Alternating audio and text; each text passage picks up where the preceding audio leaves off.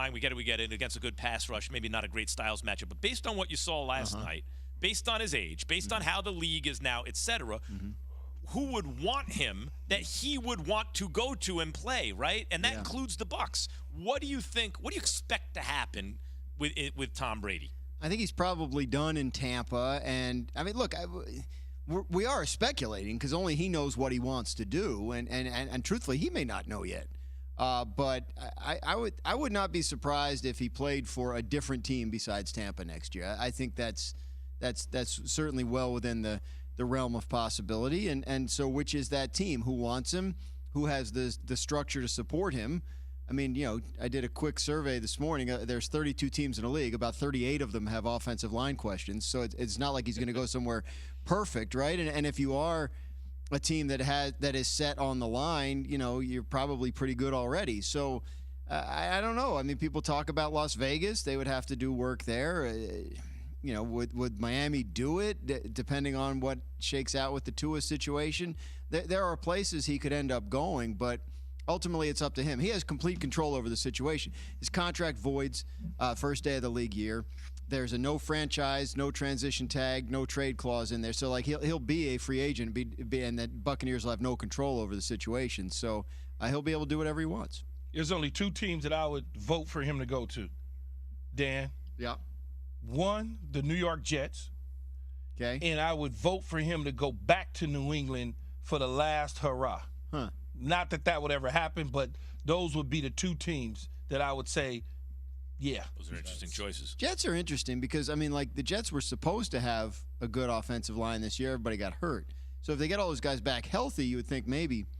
And they do have a lot of young offensive talent. Championship caliber defense. It would make a lot of sense. Boy, that would be. You just wonder how he can move, man. Even watching last night, he can't. If he can move. And it's I'm not just saying, the agility to get out of harm's way. It seems like he lacks that now, even though he has a very high IQ. And then just the absolute aversion, he is not going to take a sack. If there's a threat of a sack, he's throwing that ball in the dirt. And so, I think it's got to be a pretty perfect situation, which it was when he went to Tampa. So he'll be looking, if he wants to keep playing, he'd be looking to replicate that. Okay.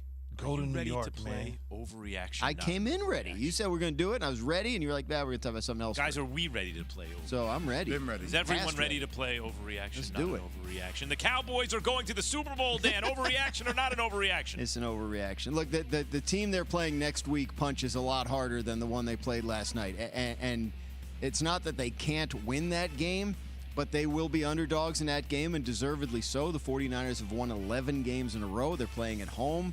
They play defense on a different level than anyone else in the NFL does this year. They have 2 extra days of rest.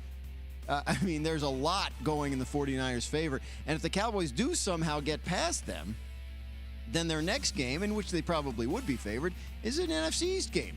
Which, that's tough. We saw Buffalo struggle to take out an undermanned Miami team. We saw Cincinnati struggle to take out an undermanned Ravens team. When you play those division games, you're playing a team for the third time, and teams that know each other that well, that's tough. The road is difficult. Dallas is capable of getting there, but they're not there yet. Yeah, see, I don't think it's an overreaction. I understand that You're wrong. The 49ers are a juggernaut. They got some stuff on the offensive side of the ball with their Christian McCaffrey and Deebo Samuel and company and Ayuk. And then defensively with the young corner, Diamador Lenore, playing at a high level. And then obviously you got Bosa coming off the edge. But it's not out of the question that they can go in there if they play their A game and win.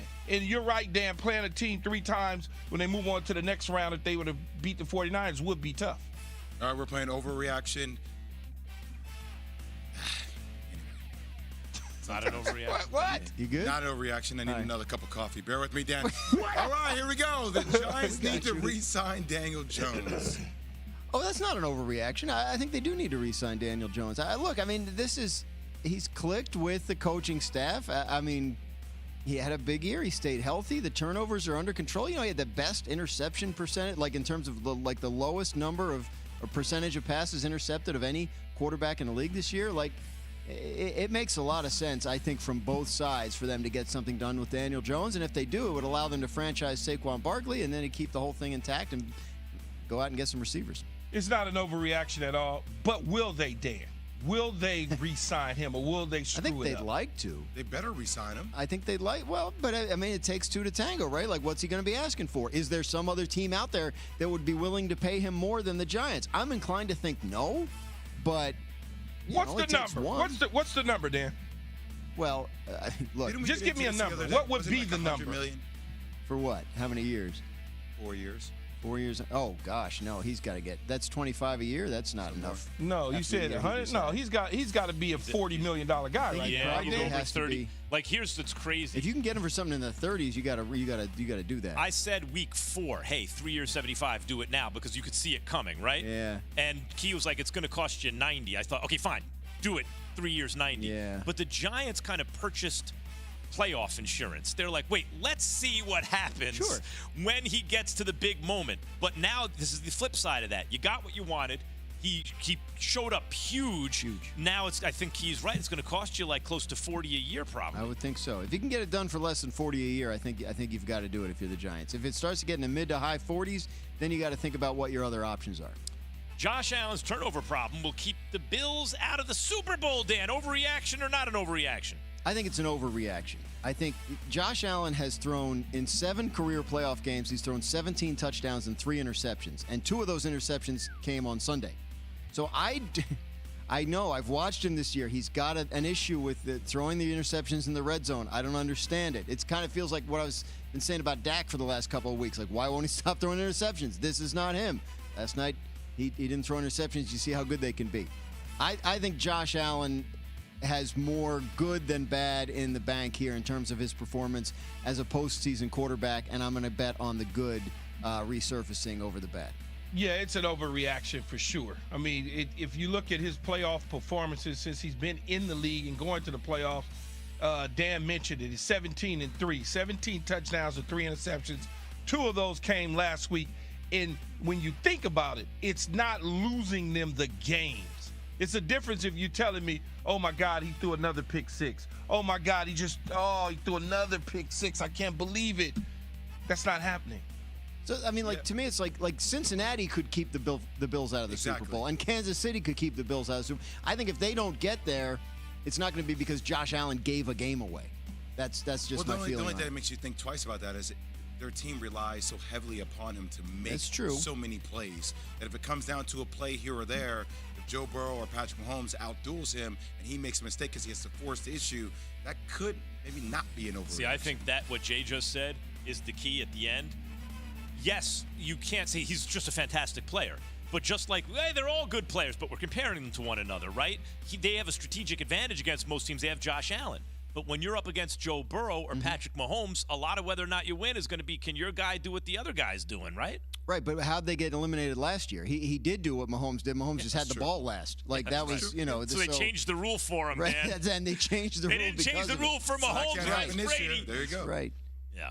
All right. That is Dan Graziano, ladies and gentlemen. ESPN NFL front office. Not front office insider, just insider. Regular insider. Not Tannenbaum's in there if you want a front office guy. Well, I'm got both of you later on this just in. All right. I don't know about that one, Dan. 2 p.m. You don't want Tannenbaum?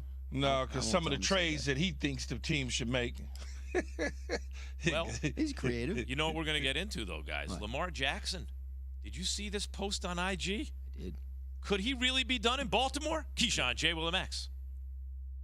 Keyshawn, J. Will, and Max. I got to think that it's Lamar.